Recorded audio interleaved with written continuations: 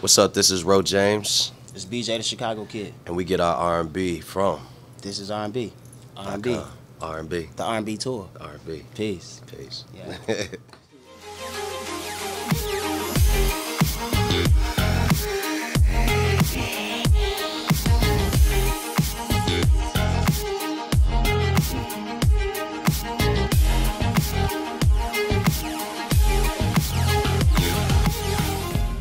Too far in advance, honestly. Ro, myself, and Maisha Brooks, we sat down at a table and everything just began to click immediately. We all had ideas, and we all previously wanted to get on the road together, but time just and schedules didn't allow it to happen at the time where we really wanted it to happen. But at the perfect time of me releasing my 3 songs, he doing the same, right. About to release albums, finishing albums at the same time. It was actually perfect time to kind of link together and do something really dope for R&B. You know, we try not to tell him exactly what's going on in this tour because honestly, we took our time to make this tour very detailed. This is not BJ on stage, he gets off, you talk for 20 minutes, go get a drink, and then Ro goes up, or vice versa. That's all I can say. Word.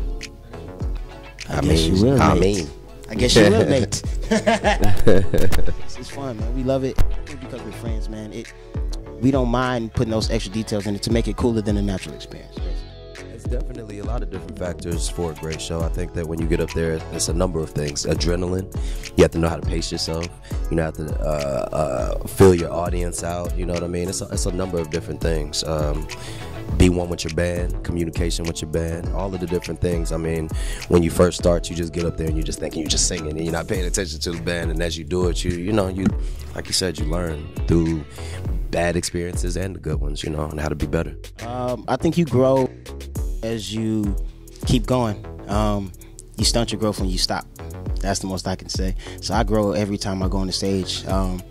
We've had a lot of bad nights to have good nights. I mean, as you know, I put out my album 2 years ago, El Dorado, and since then it's been movement. You know, it's been shows, tour, more shows, and time is minimal. You know what I mean? It's not a lot of time, and in between, you really have to figure out how to get your album done, because otherwise you'll just keep doing shows and shows because you know you can. But I decided to take a moment and really focus on my album, and over the past couple of years I had learned a lot of different things, like you said, from performing to even the music and dealing with fans and different people in general, and different traveling, you know what I mean? And when it came time for me to work on the album, I wanted to, as I started, I wanted to do so many different things. I'm inspired by so many different sounds, from like country rock. Nothing's changed, it's only grown, you know, country rock, R&B, hip hop, reggae, all of that, you know, is me. So going into the next album, which is Sophomore, it's always important too. You always hear Sophomore jinx and all of that shit, and you're like, nah, I'm not gonna be jinxed. My music's great. I know who I am. You know, I'm not worried about any of those things as long as I make pure music from a real place. But in the sense of just creating, you have to know what you're trying to say. You get what I mean? And so that's where Smoke came from. Smoke for me is just, you know, I was creating a lot of dope music, and where there's smoke, there's fire. You know, I felt like I'm creating some fire shit. So, but at the same time, I was in a space where it was like, you know, I have all these different inspirations and sounds, so it's a little smoke, it's a little hazy. But everything in life in general is really smoke and mirrors. You get what I'm saying? Music industry, people, relationships sometimes, like all of the shit is smoke and mirrors. And so going into mirrors, it's about reflection. What did I learn over the past 2 years? What relationship did I just come out that put me in a different place? You know, what I felt before. Maybe I was so open to love before, now I'm closed off, you know? So it's just about reflection, and going into the album, it's encompassing all of those different feelings and everything, you know? So like I said, this is the 2 years of a break. Just putting myself and my sound back in the marketplace, and just taking the moment and the time to really take my time, you know. One in particular, I have a song called Nightmares, and one of my good friends, Leah LaBelle, she passed a couple of months ago, and it's just, you know, going back to R&B, and going back to not even just R&B, music, and just a family, people that support you along the way, people that you find are like-minded, like energy, like spirit, who want pure and real music and just real energy around you. Leah LaBelle was one of those people, you know what I mean? And I really believed in her. She believed in me. We encouraged each other from the jump, before I had a deal, before anything, you know?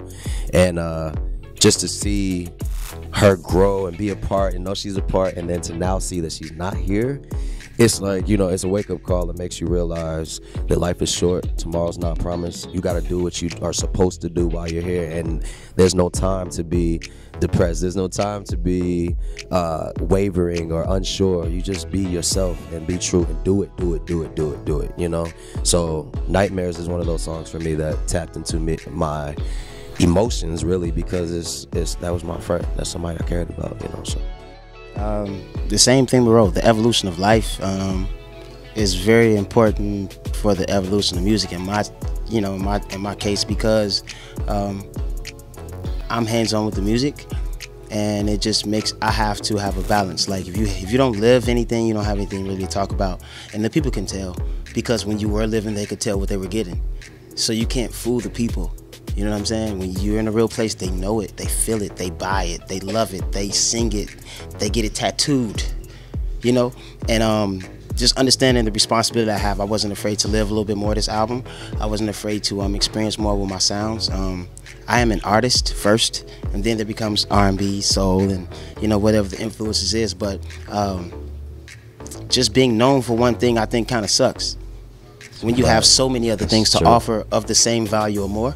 So I believe music is just really the opening ceremony. So from Rather Be With You, man, just even the story of that song was pretty unique. We were overseas on the world tour for him, and the guitar player Tub Young, producer, sick. He did the track over there. He lost his phone. We were walking out of the venue. His phone simply fell out of his pocket, and you know how the sewer system, the dam system under the ground is clear. It cleans the water, and it fell straight into the water. Like, I mean, so fast you didn't see the phone, you just heard the whoop, and his face was like, so we knew what it was.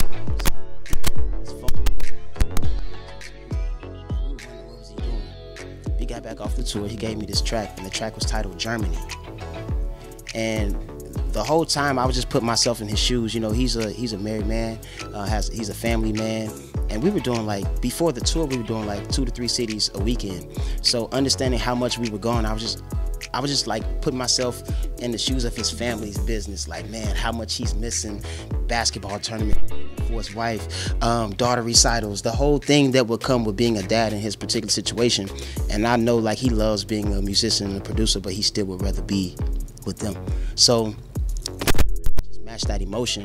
And what I'm talking about is the song is what he called me back, like, totally blown, how I really tapped into the feeling that he was playing from and trying to produce the track. It was so crazy. So when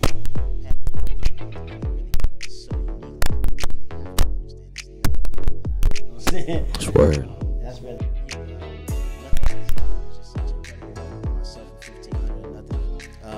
it's crazy. I just now figured out nothing was in the production name and the name. Wow, it's pretty funny. We were in the studio and we were going through crazy samples that they made previously the day before or a couple days before, and one of them just grabbed me and I just began to make and that came first, lyrics came later. As from Pineapple Now Latest. That's my joint. The exact same room as I from Pineapple Now Latest. It's really freaky, right? Nothing into Something that you got going once, produced by Tub Young as well. I just simply loved the sound of R&B when acoustic guitar was the main sound. Like, oh my God, that's how you got kissing you is all I've been thinking of. Like, you get records like that sometimes that hits you straight in the heart. You know where it came from. You remember what you were wearing probably when you got. I want to make that kind of music, the memory music. And that acoustic was like the beginning of me tapping into that sound, and I could not get that melody out of my head that I ended up singing. And the lyrics just began to come, and I was definitely getting rid of someone in my life at the time. And what better way to do it? I like how you put that. Getting rid of somebody. Yeah, I was getting rid of somebody in my life at the time. That's real. I just think that's real. What better way to do it than to big up what? Like, most people separate from someone and be like, yeah, it's trash. Like, but you just.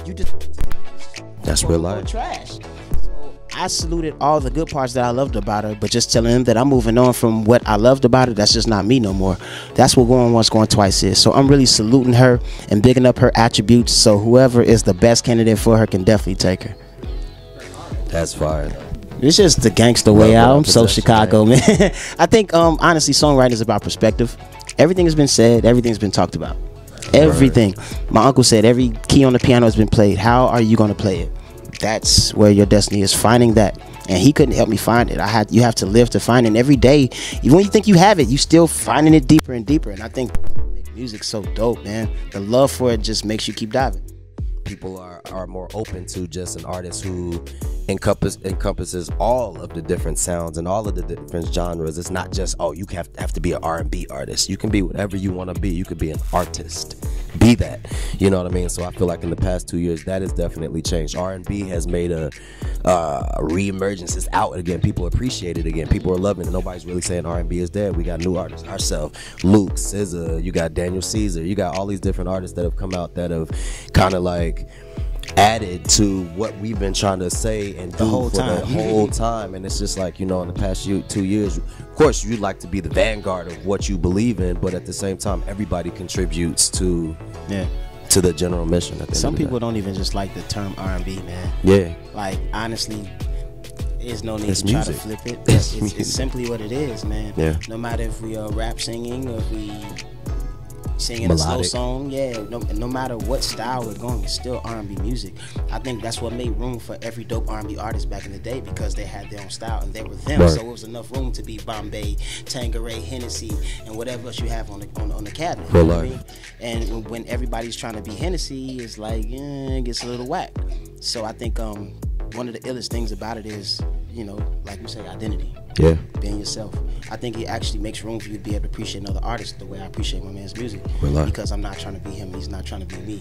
I'm comfortable in being in my own skin. Facts, I believe 100%. he is as well. Yeah. So you get cool moments like this. So it makes us aliens being what it should be, and it makes others humans. So crazy, but yeah.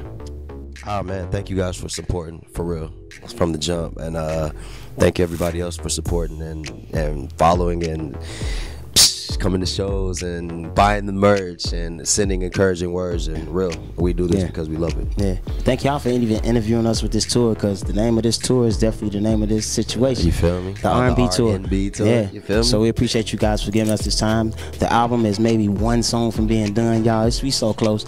It'll be done if I wasn't on this tour, but I had to rock this with my bro, man. We had to do this. So as soon as we done with this, I'm definitely finishing the album and get back to this world touring thing, which I love. Can't wait to see y'all. Yeah.